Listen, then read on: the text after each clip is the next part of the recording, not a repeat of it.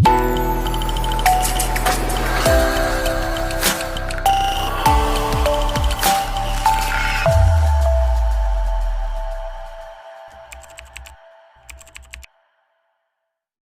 tarde a todos que nos acompanham pelas redes sociais. O Câmara em Ação de hoje traz mais um Histórias e Memórias. E a presença ilustre de hoje é do ex-presidente da Câmara, Zuca Lobato. Boa tarde, Zuca. É um prazer recebê-lo em nosso Câmara em Ação, Histórias e Memórias. Boa tarde a todos, ao povo bonispaciense. É para mim uma alegria muito grande retornar a este ambiente onde eu estive durante 6 anos e procurei fazer desse tempo um caminho que oferecesse oportunidade para o bonispaciense. De forma que eu agradeço a oportunidade e eu acho que a ideia de vocês é muito boa, eu costumo dizer que o Bonispacio é órfão de memória. Eu quando vejo uma pessoa de 80, 90 anos morrendo e nunca foi entrevistada, é uma coisa de ter queimado uma biblioteca. Então, eu acho que a iniciativa de vocês realmente tem um significado muito grande. E quem vai ver tudo isso serão gerações futuras, coisa que nós não tivemos oportunidade. Meu pai foi vereador 3 vezes aqui em Bonispacio. A única coisa que eu vejo é justamente a galeria de ex-presidentes. Foi presidente também pouco tempo, mas foi. Mas pode-se tranquilamente transformar as atividades dos vereadores um caminho aberto para as outras gerações. O senhor falou de biblioteca. Sabemos que o Zuca Lobato é, sim, uma personificação de uma biblioteca. Fala pra gente um pouquinho desse trabalho, de como foi essa história como presidente da Câmara Municipal. Olha, eu entrei na política, quando terminei meu curso de formação, fui para um professor, eu fui convidado para trabalhar na prefeitura como secretário de Educação, pelo governo Geraldo Simão. E lá, depois que eu fiz um trabalho junto com as professoras rurais, o Bonispacio tinha 38 escolas rurais. Sim. Tinha 1.800 alunos. Não tinha uma professora formada. Eram todas professoras leigas, por sinal, dedicadas demais. Entendeu? Tem professoras ainda vivas que me trazem lembrança muito importante. Aí eu notei que precisava de fazer um trabalho com essas professoras. O que a gente tinha? Um mimeógrafo. E como secretário de Educação, eu mimeografava os planos de aula e repartia. Esse foi o início do meu trabalho na área pública. Aí resolveram me lançar como candidato a vice-prefeito. Eu falei assim, olha, esse caminhar está rápido demais, né? Mas saí como vice-prefeito do Geraldo Simão. Inclusive, o slogan na época era Bom é o Simão. E a zona rural, quer dizer, a gente teve um apoio muito grande, talvez tenha sido por causa desse trabalho da educação na zona rural. Sim. Depois disso, mandato de 4 anos como vice-prefeito, eu me afastei e depois voltei como candidato a presidente da Câmara, como candidato a vereador. Sim. Tive uma votação, nós tínhamos 14 mil eleitores no Bonispacio, eu tive 940 votos. Aí a responsabilidade é grande demais. Então eu tenho que fazer muita coisa para corresponder a essa votação. Muito bem votado. A Câmara Municipal, gente, olha bem, ela funcionava aonde? No fórum. Fórum é um lugar onde a sociedade, principalmente o pessoal mais simples, não tem medo de ir, porque é lugar onde está o promotor, o juiz, né? Verdade. Aí o que foi, gente? O primeiro passo como presidente da Câmara que eu fiz foi procurar um ambiente mais livre, que houvesse então a participação popular. E assim foi feito. Procurei a viúva do Pedro Gontijo, naquela esquina onde era o Banco do Brasil antigamente, e ali passamos para lá. E inauguramos a Câmara fora do fórum depois de mais de 20 anos. Esse foi o primeiro trabalho que eu fiz como presidente da Câmara. Bom, eu fui presidente da Câmara eu fui vereador durante 6 anos e presidente da Câmara durante 2 anos. Saímos daqui, criamos uma associação de vereadores do Centro-Oeste. Fui indicado como secretário-geral. Depois fomos para um congresso em Fortaleza. Fomos aí o Lalado, o Dimas, o Antônio, o Magela, uma turma boa. Fomos para Fortaleza e depois, no outro ano, nós fomos para Salvador. Os vereadores de cidade ricas, descendo de avião, era só 2 horas de viagem, nós gastamos 2 dias de ônibus. O vereador não tinha salário, né? Aí fizemos o seguinte, pegamos vereador aqui da região toda, Lagoa da Prata, Moema, Pará de Minas, e fomos para Salvador. Em Salvador, fui como secretário da Avercom, Associação dos Vereadores do Alto São Francisco. E lá, eles resolveram, porque a eleição para presidente da UVB, União dos Vereadores do Brasil, era indireta.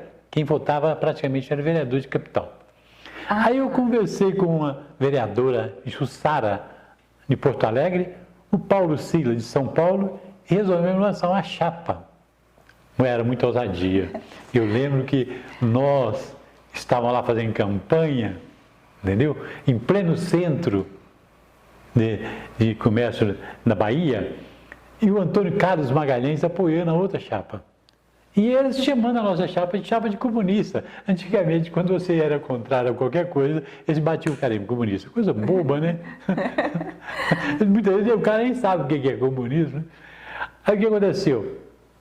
No meio de 3.000 vereadores, nós somos eleitos, eu fui eleito vice-presidente, e é a primeira vez na história que um presidente do interior foi eleito membro da UVB. Eu fiquei muito orgulhoso porque eles tiveram que subir e falar, agora nós vamos dar posse ao vice-presidente Aelson José Zuca Lobato de Minas Gerais. Eu falei, espere, pô, está esquecendo aí, ó. Eu sou de Bom Despacho. Entendeu? Levando eu nosso sou de nome. Bom Despacho. Eu sou de Minas Gerais, correto. Mas a minha cidade é Bom Despacho.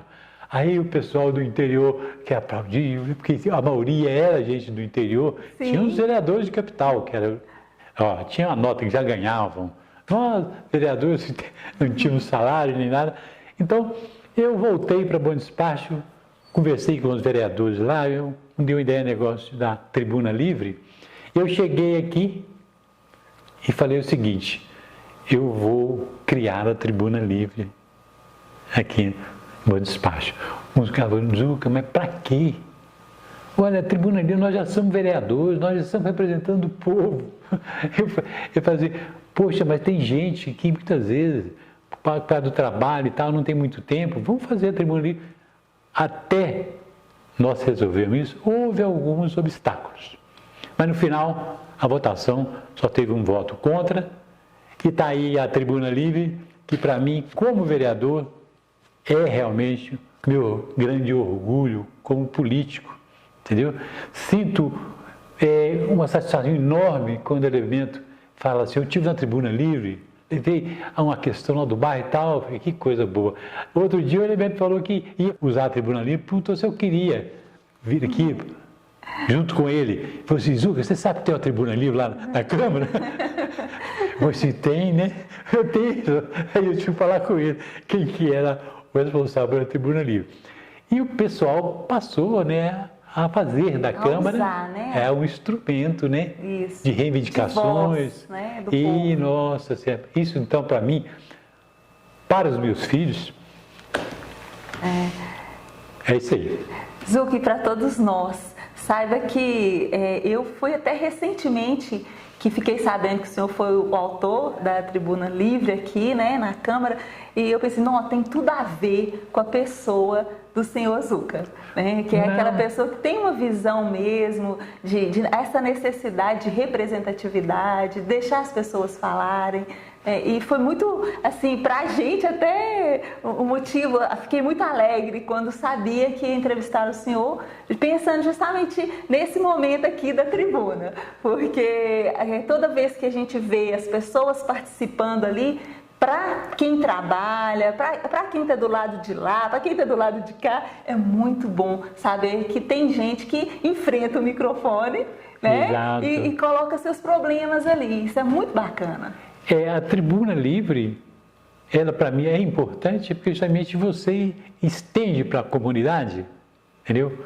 A voz que muitas vezes silencia aqui dentro. Isso. Tem os vereadores, são pessoas realmente com vontade de trabalhar, então, mas acontece que a tribuna oferece um espaço maior, né, de complementação. Com certeza. De forma que quando eu falo sobre a tribuna, você está dizendo que não tem muito tempo que você ficou sabendo? Sim, eu também, eu acho que político realmente tem que ocupar espaço. Mas eu não faço simplesmente o trabalho de fazer a política como marketing, não. Agora, fico satisfeito quando alguém chega, Zuca, então você que é o autor da tribuna livre? Sou. E isso, para mim, entendeu? Grande. São duas coisas que eu falo em política. São duas coisas, foi como vereador e como secretário de Educação e Meio Ambiente. Eu plantei 2.000 árvores municipais, ainda teve umas 1.000 aqui, mas é outra coisa também. Bom, vamos ficar só na câmera, né? Senão... Zuca, tem uma pergunta que a gente estabeleceu como padrão para essa entrevista. Certo. E a gente gostaria que o senhor falasse para a gente, assim, vamos dizer, um conselho para essa turma de vereadores, né? Para quem está hoje, para quem virá, o que o senhor fala para eles em relação ao trabalho da vereância? Eu acho que política, todas as vezes que você coloca, entendeu, o negativismo ou a posição extremada, quem perde é o povo. Saber ouvir, entendeu, é fundamental na política. Esses grandes políticos que nós tivemos na minha época, Tancredo Neves, Magalhães Pinto, Zé Maria de Alckmin, quer dizer, esse pessoal tinha a arte de ouvir.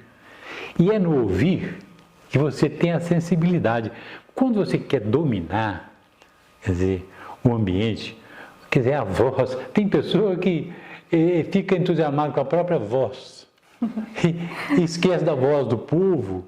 Então, a vaidade é uma coisa natural do ser humano, mas ela não pode sobrepor ao trabalho de participação, não. Um conselho, eu acho que não é conselho, eu acho que todos que entram aqui entram com vontade realmente de participar, deixar de lado e não ser envolvido em posições extremadas. Infelizmente é o que a gente está vendo nesse país, né? Quer dizer, posições que não jogam com o clima de democracia. Seria bom que esse ambiente ficasse de lado para que nós pudéssemos ter realmente um país com uma visão realmente democrática. Sim, sim. Bom, é um prazer muito grande, né, ter recebido o senhor aqui. Gostaria muito que voltasse outras vezes, né, com outras oportunidades para a gente conversar, porque a gente sabe da biblioteca que o senhor tem aí dentro da mente e do coração. E muito obrigado, o Câmara em Ação agradece muito a sua participação. Eu que agradeço. Eu agradeço o convite. Tenho protelado por algumas razões familiares, porque depois que você vira avô, entendeu? Você tem que começar a dividir. A minha mulher, a gente combinou, eu brinco com ela, no fim de dezembro, eu falei assim, ó, você vai ter X de quilômetro na 262 para visitar os netos. Agora, por exemplo, 2.500 quilômetros, tá bom? Agora chegou em março, já tinha rompido já os 2.500. Afinal, são 7 netos, entendeu? E são netos com nomes difíceis, porque é José, João, Francisco, entendeu? Olha. Ana. São 7 netos. E eu, quer dizer, estou nesse caminho, por isso que eu protelei, me desculpa por ter vindo antes, mas o convite foi feito. E qualquer oportunidade nova aí, eu estou pronto para atendê-los. E meus parabéns, estão tomando essa iniciativa, e que isso sirva de exemplo para posições futuras de outros funcionários. Muito obrigada. O Câmara em Ação fica por aqui. Até o próximo, se Deus quiser.